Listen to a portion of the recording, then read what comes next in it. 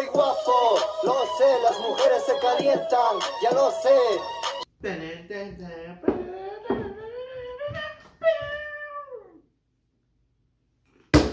Hola, mis fanatics, and welcome to an all-new edition of Los Degenerates Talk.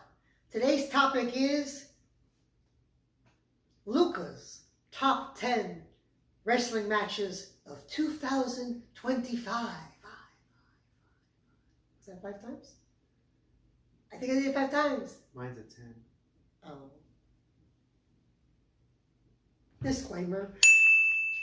His list does not include anything from AEW, Ring of Honor, New Japan Pro Wrestling. Hell, not even TNA is on there. Expect to see WWE or AAA. I have not seen his list at all. Basically, anything that's underneath the WWE banner or associated with WWE, that's what you expect from his list. Alright. First, number 10.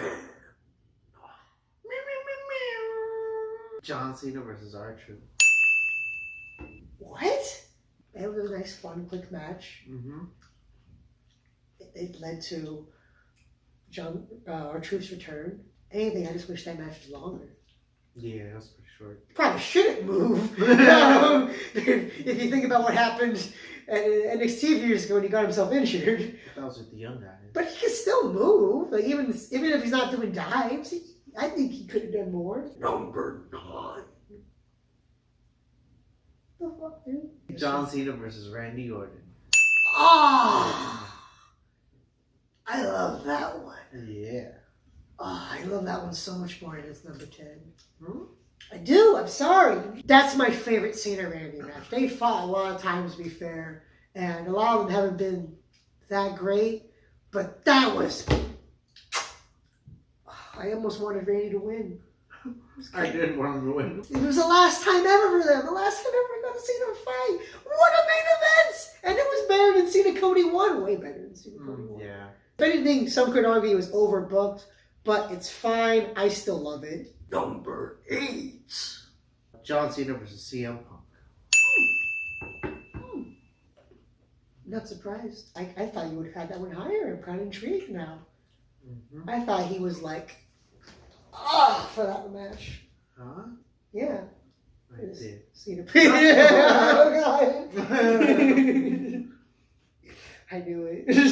That one had a lot of interference at the end, and what we didn't realize, it was kind of teasing already what was going to happen at SummerSlam, in a way. Long-term storytelling. Seeing Cena, AA, Bronson Reed was pretty fun. That was like probably the best things. It was, because I didn't think he could still carry somebody. Me neither. Anymore. And also, Bronson Reed, if there was more time, is someone who I would have considered a dream match for Cena. At least Prime Cena. Prime Cena and Bronson would have gone hard. I'm surprised they didn't do a Braun Breaker Cena tease in that. Not true. You know, I feel like that was even more of a dream match, but maybe they weren't really thinking about Braun Breaker at the time. They were thinking more about Seth and clearly Bronson and Punk, because they wanted to do more teases with Punk and the Vision. It was fun because they were like continuing the shit that Cena can't win the same way that he used to. Yeah. Or can't win on his own, that story. I liked the teases where he hugged Punk, remember that? And he tried to low blow him. And Punk stopped it. Yeah. That was nice. And I like how they kept telling the story of like every time Cena beats one of his old rivals, he'd look a little sad afterwards. Or not so much sad, but he'd look a little bit like sad, but also part of him looked like, what did I just do? But that's what makes the story of his eventual babyface turn kind of beautiful. Is he's just like, even though he turned heel, you could kind of see it and see his facial expression. He's like, oh God, did I make a mistake? Oh God, I fucked up. Oh, I can't go back now. That's where Cena Cody comes in, but I don't need to talk too much about that. This was about the main event of Saudi Arabia. Oh, God. Cena versus Punk. Number 7. Becky versus Nikki. I like Becky beating up Nikki. It's pretty much just hatred for Nikki.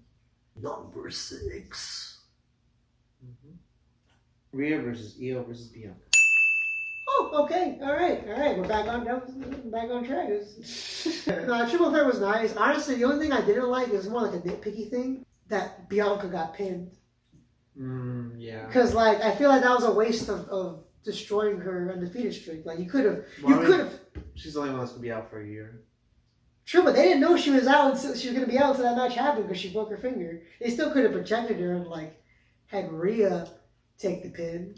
But I guess if Rhea had ate the pin, we would have never gotten Rhea versus Io at Evolution. Hell, Bianca even could have won just to add the mystique to it. But no, they went with Io. At the end of the day, Io was the right choice. I really wanted Io to win. I was scared every second of that match she was going to lose because Bianca and Rhea have been bigger stars than her and been loved a lot longer and bigger fan bases. And I was like, oh no, you gotta fucking win Io. Number 5. Cody Rhodes versus John Cena. Second time, right? Yes. Yeah. That's like Wicked too. It was no. I know what he was trying to say, but no, Wicked 1 is better. Such a good main event. Cody won. It's beautiful. It topped last year's main event. I mean, I liked Solo versus Cody. Solo versus Cody wasn't bad at all, but this was. I feel like I passed it with the torch a little bit. It was. Number 4. Sammy versus Kevin. It's got moments. That's a match that, like, see, when I put matches on my list, or the ones that I think about the most from my list, because it's a long list, like the one, not just the one for this year, from 2025, but my list in general, I have my Google Doc.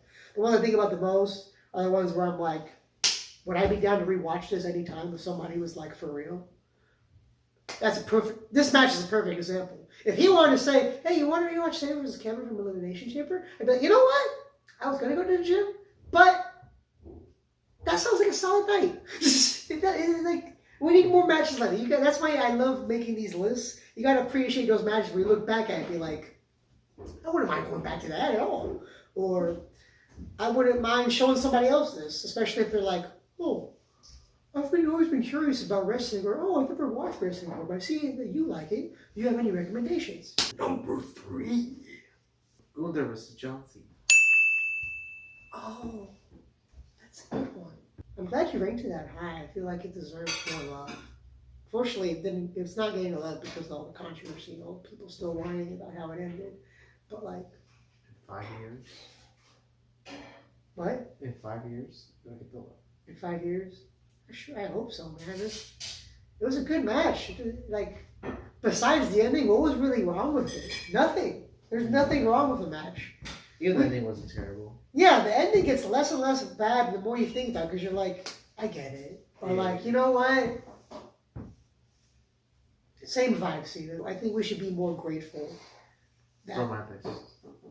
I was going to say that Cena's retirement match was as good as it was. Could have been way worse, you guys. It could have been that none of it was good. And it was all, the whole thing was a painful thing to watch. Number 2. Dominic Mysterio versus John Cena. Pretty good for a second to last match, man. But, and I think he did a decent job of putting over, really, the Judgment Day. He put over his, was Finn involved? Yeah, Finn and Finn and JD, yeah, they were. JD got injured. Right, they all were involved. Even Liv coming back was involved. Shit, I remember saying, I'm surprised that Carlito didn't come back too. Hey, let me get my licks in. Or Davey Priest is like, I'm rejoining. Or Edge. Oh, that sounds like overkill, but also, wouldn't that be a great translation of the Family Guy joke? Where they're all lining up to slap Stewie. He's crying and gets to be like, get a hold of yourself. That's all of the Judgment Day. Lining up to get to Cena crying. Yeah! Also, the post-match angle with Cena just looking sad too. It still worked even though he wasn't the heel anymore. Because it was like, oh, we only have one left. So it was kind of sad too, even the second match, because you're like, wow, that was his last Survivor Series, man. And now it's time to hear about your honorable mentions before we get to number 1. Trick Williams and Joe Hendry. Cody Kevin. Lyra Bailey. Well, not Bailey, Becky. Have a specific one or just the whole series? The whole series. CM Punk and AJ versus Becky and Seth. CM Punk versus... Well, you done honorable mentions, right? Yeah.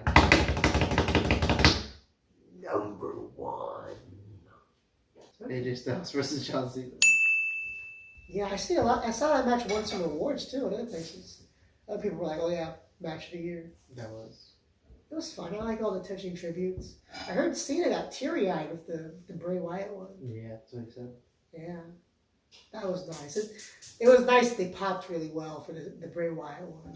Yeah. But I also, even though Styles' tributes were harder to recognize, because, You could really be a TNA fan? yeah, or a Ring of Honor fan, but they were still nice, even when you had to get them explained to you. Like, it was, oh, that was for Christopher Daniels. When they faked the Rey Mysterio 619. Like, you fake the Rey Mysterio for John Cena did. Oh, He was gonna do the tribute. He was like, I can't do that. this guy. It's too bad they didn't get any promo time together one last time, but like talking to each other face to face. Yeah. But I guess they're kind of making up for it because now AJ's kind of like fighting for the memory of John Cena. Yeah. So long-term storytelling, it worked out because now AJ's here to avenge Cena, his greatest rival. Oh, and the ring introduction was fun too. Oh, yeah. I think for TNA. You know, Cena got in trouble for it. Worth it though. It was so cool. Yeah. And then Styles had his old gear from his early TNA days. Good vibes that match. Good vibes. If you guys got any thoughts on Lucca's top 10 matches of 2025, please let us know in the comments below. If you'd like to follow us on our socials, you can also find that information below. Just tap on more. We get it. With that being said, we'll see you next time. But please remember to stay guapo, mis amigos. If you can.